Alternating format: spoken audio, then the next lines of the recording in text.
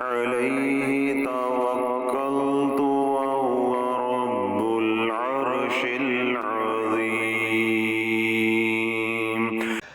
اللهم صل علی سیدنا محمد وعلی آل سیدنا محمد وبارک وسلم.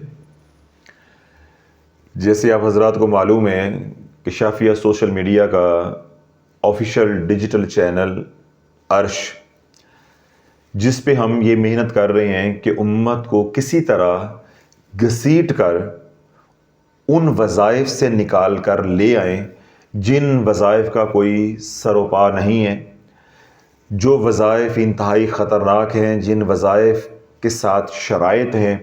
عوام کو کیونکہ علم نہیں ہوتا کہ شرائط کیا ہوتی ہیں، تو عوام پھر وہ وظائف شرائط کے بغیر کرتے ہیں، اور اس کا نتیجہ کیا نکل رہا ہے کہ امت جو ہے وہ رجت کے اندر پھنستی جا رہی ہے، اور بڑا کثیر حصہ جو ہے وہ رجت میں پہلے سے ہی پھنسا ہوا ہے. تو عرش چینل پہ یہ جو ہم محنت کر رہے ہیں، اس کا مقصود اور مطلوب یہی ہے کہ زندگی تو ہم نے اعمال والی گزارنی ہے. یہ تو نہیں کہ ہم اللہ کا ذکر چھوڑ دیں، ہم قرآن چھوڑ دیں، ہم نماز چھوڑ دیں. پہلے ہی ہم قرآن چھوڑ کے، نماز چھوڑ کے، درود پاک چھوڑ کے، استغفار چھوڑ کے، تسبیحات چھوڑ کے تو اس مقام پہ پہنچے ہیں کہ میں مثال عبرت جو ہے وہ ہم بن گئے ہیں. اور جنہوں نے اعمال نہیں چھوڑے، انہوں نے اس تناظر میں اعمال چھوڑ دیے ہیں کہ انہوں نے مسنون اعمال کو چھوڑ کے جو فی زمانہ پیروں کے من گھڑت وظائف ہیں اور جھوٹے فضائل ہیں، ان سے متاثر ہو کے وہ رستہ اختیار کر لیا یا وہ اعمال جو ہے وہ کرنا شروع کر دیے. تو یوں امت کا ایک حصہ تو وہ ہے جو سرے سے ہی نافرمانی کر رہا ہے، نہ نماز ہے، نہ روزہ ہے، نہ حج ہے، نہ زکوٰۃ ہے، نہ اللہ کا ذکر ہے، نہ قرآن کی تلاوت ہے. ایک تو وہ طبقہ ہے. ایک دیندار طبقہ ہے، اس کے اندر ایک بہت بڑا حصہ ہے جو اللہ اللہ تو کرتا ہے، لیکن اللہ کا طریقہ جو ہے وہ نبی علیہ السلام سے نہیں لیتا. نہیں سمجھ آئی بات؟ جو اللہ تو کرتا ہے اور آدو وظائف تسبیحات تو وہ کرتا ہے، لیکن وہ ٹھوکر کہاں کھا رہا ہے کہ اللہ ملا ہے ہمیں در مصطفیٰ سے، تو اللہ کرنے کا یعنی ذکر کا طریقہ بھی ہمیں ملے گا در مصطفیٰ سے. وہ ٹھوکر یہ کھا رہا ہے کہ وہ اللہ تو کرتا ہے لیکن طریقہ اپنا ہے، طریقہ اپنے پیر کا ہے، طریقہ کتاب کا ہے، طریقہ رسالے کا ہے. تو اللہ کے ہاں کسی اور کا طریقہ قابل قبول نہیں ہے. کئی بار بیانات کے اندر یہ بات سمجھاتا ہوں، یہ نقطہ دہراتا رہتا ہوں کہ راج اللہ کا ہوگا، رواج کملی والے کا ہوگا. راج اللہ کا اور رواج کملی والے کا علیہ الصلوۃ والسلام. اللہ کو جو طریقہ محبوب ہے یا اللہ کو جو طریقہ پسند ہے وہ صرف حضور علیہ الصلوۃ والسلام کا ہے، اور جو طریقہ محفوظ ہے وہ بھی حضور علیہ الصلوۃ والسلام کا ہے. جس طریقے کے اندر روحانیت ہے، جس طریقے کے اندر نورانیت ہے، جس طریقے کے اندر کامیابی ہے، وہ طریقہ صرف حضور علیہ الصلوۃ والسلام کا ہے. باقی میرے تیرے طریقے یا بزرگوں کے طریقے ہیں، وہ لگ جائے تو تیر ہے، نہ لگے تو تکا ہے. کبھی نفع ہو جائے گا اور کبھی نقصان ہو جائے گا، اور اکثر جو ہے وہ نقصان ہوتا ہے. اور کملی والے کے طریقے کیا ہیں کہ ہمیشہ کامیابی، ہمیشہ کامیابی، ہمیشہ کامیابی، پھر دنیا کی بھی کامیابی اور آخرت بھی کی کامیابی، اور آخرت کی بھی کامیابی. جبکہ میرے آپ کے بنائے ہوئے طریقے یا نام نہاد بزرگوں کے پیروں کے بنائے ہوئے طریقوں میں کیا ہے؟ اللہ نے کامیابی کو نہیں چھپایا. ان تمام رستوں کے اوپر شیطان بیٹھا ہے. انسان آج نہیں تو کل، کل نہیں تو پرسوں گمراہ ہو جاتا ہے. اگر گمراہ نہیں بھی ہوتا تو ایسے بھنور کے اندر پھنس جاتا ہے، پھر اس کو نکلنے کا رستہ نہیں ملتا. جس طرح امت جو ہے وہ رجت کے اندر پھنسی، پھر کسی کو یہی معلوم نہیں تھا کہ ہمارے ساتھ ہوا کیا ہے. ہم نے الحمدللہ 2023 میں جب امت کے اوپر اس راز کو کھولا ہے تو پھر ہمارے پیشواؤں کو بھی اور عوام الناس کو بھی علم ہوا ہے کہ وظائف کے کوئی اثرات بد بھی ہوتے ہیں. ورنہ آج تک عوام کو یہی تھا کہ اللہ کرنے سے کیا ہو جاتا ہے. اللہ کرنا ہے تو کسی سے پوچھنے کی کیا ضرورت ہے، اجازت لینے کی کیا ضرورت ہے، پیر فقیر پکڑنے کی ضرورت کیا ہے. بس رسالے سے پڑھو تو کام بن جائے گا، بس یوٹیوب سے دیکھو تو کام بن جائے گا، بس کتاب سے دیکھو تو کام بن جائے گا، بس 1.25 مرتبہ آیت کریمہ پڑھو تو کام بن جائے گا. جب پھر ہم نے راز کھولے کہ کام نہیں بنا بلکہ تیرا کام ہو گیا ہے، تو پھر لوگوں کو اب نکلنے کا راستہ نہیں مل رہا. تو جن کو تو یہ شعور آ گیا ہے سو آ گیا ہے. تو اب عرش چینل کے اوپر ہم یہ محنت کر رہے ہیں کہ مزید لوگ برباد ہونے سے بچ جائیں, مزید گھر جو ہے وہ اجڑنے سے بچ جائیں, مزید حضور علیہ الصلوۃ والسلام کی جو امت ہے وہ پریشان ہونے سے, الجھنے سے, برباد ہونے سے بچ جائے. تو اس کے لیے ہم بھی محنت کر رہے ہیں, آپ تمام حضرات بھی اپنے اپنے علاقوں میں محنت کریں کہ ہم نے اعمال کرنے ہیں. ہم نے کیا کرنے ہیں؟ اعمال کرنے ہیں. رب کیا فرمایا تھا؟ الذی خلق الموت والحیات لیبلوکم ایکم احسن عملا وہو العزیز الغفور. ہم نے زندگی اور موت کو پیدا کیا ہے تاکہ ہم پرکھ سکیں, دیکھ سکیں تم میں سے کون اچھی اعمال کر کے آگے بھیجتا ہے.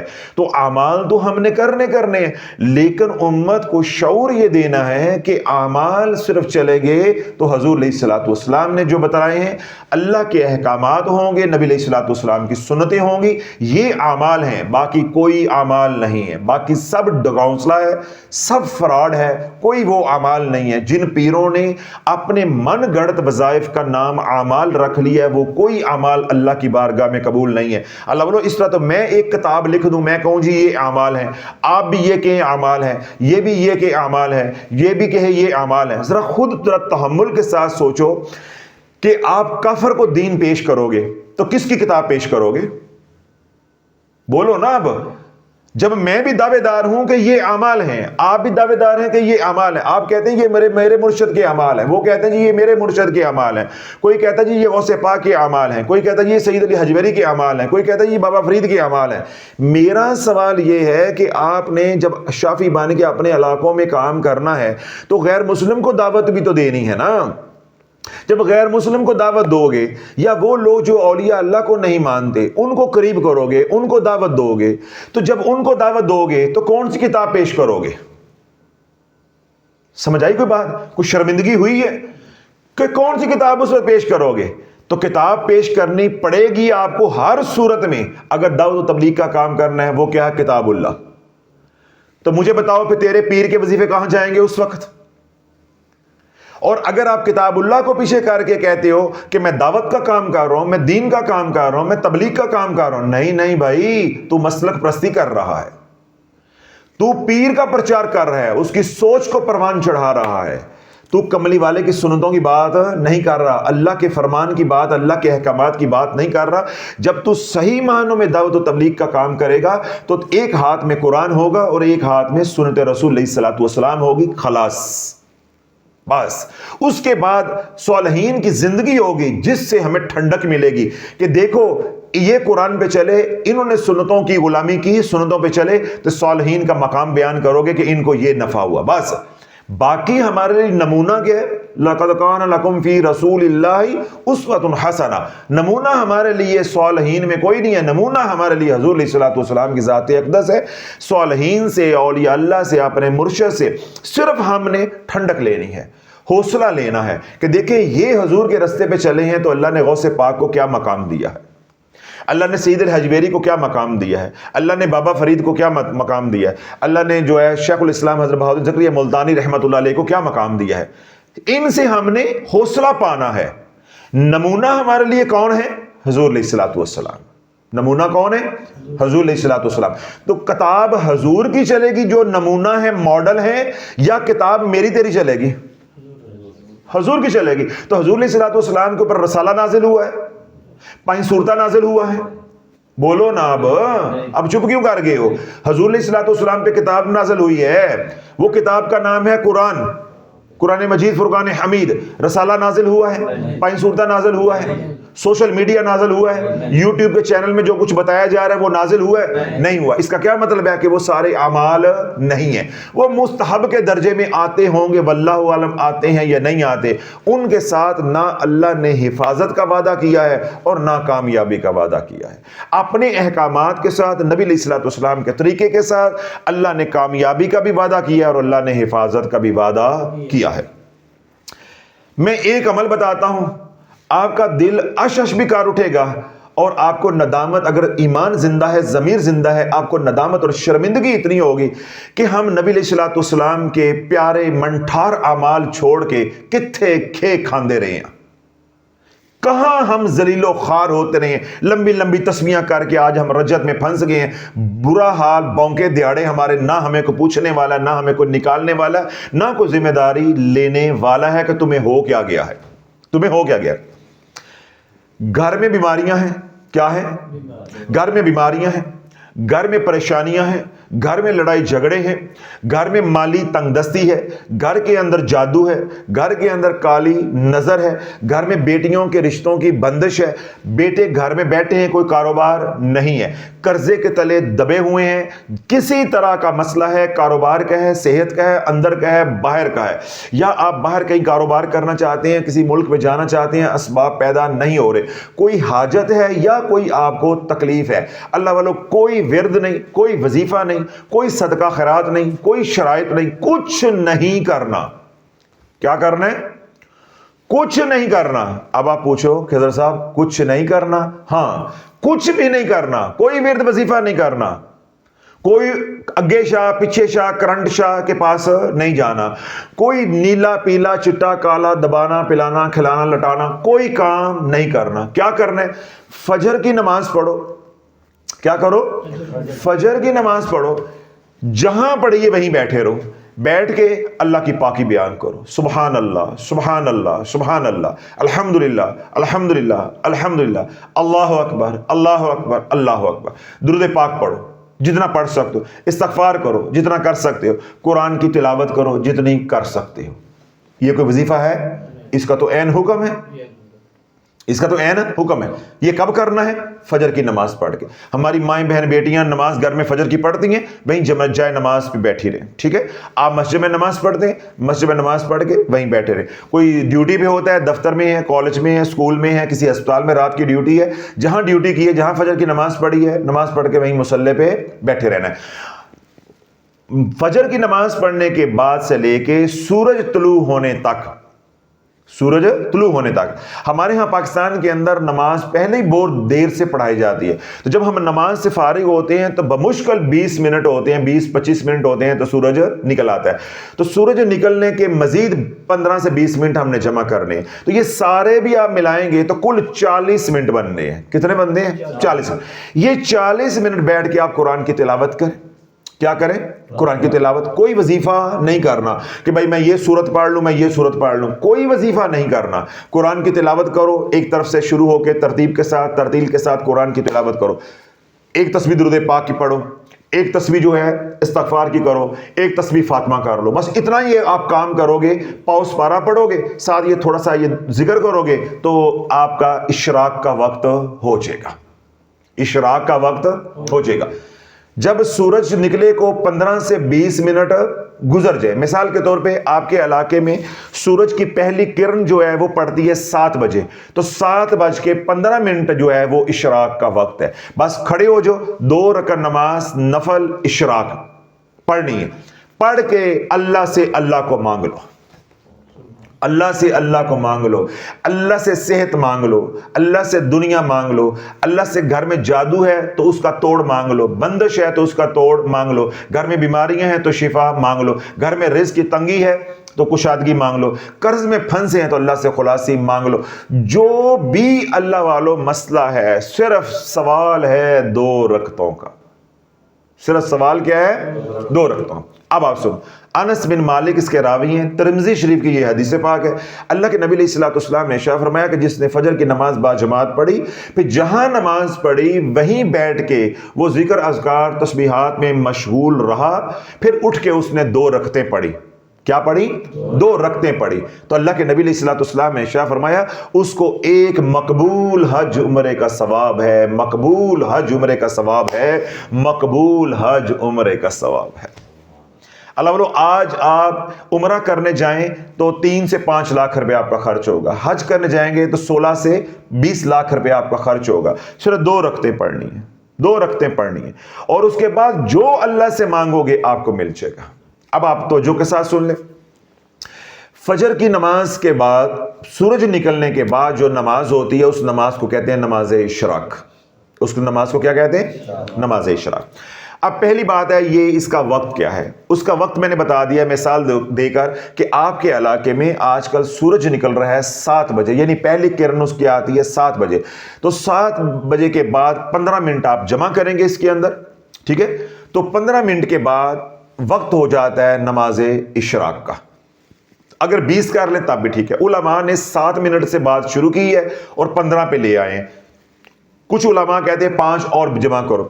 بسا اوقات یہ ہوتا ہے کہ آپ کی گھڑی آگے پیچھے ہوتی ہے, بسا اوقات بادل ہوتے ہیں, آپ کو معلوم نہیں ہوتا. اس لیے جو علماء محتاط ہیں وہ یہی کہتے ہیں کہ آپ 15 سے 20 منٹ کا وقفہ رکھیں. طلوع شمس یعنی طلوع آفتاب سے 15 منٹ بعد, 15 سے 20 منٹ کے بعد آپ نماز پڑھ سکتے ہیں. اب یہ آپ کا نماز پڑھنے کا وقت جو ہے یہ بالکل محفوظ ہے اور بالکل آپ وقت کے اوپر پڑھیں گے, یعنی وقت سے پہلے آپ ادا نہیں کر رہے. تو جو فجر کے بعد نماز نفل پڑھی جاتی ہے اس نماز کو کہتے ہیں اشراق, اور اس کے پڑھنے کا جو وقت ہے وہ سورج نکلنے کے 15 سے 20 منٹ کے بعد ہے. کتنی باتیں ہو گئی؟ 2.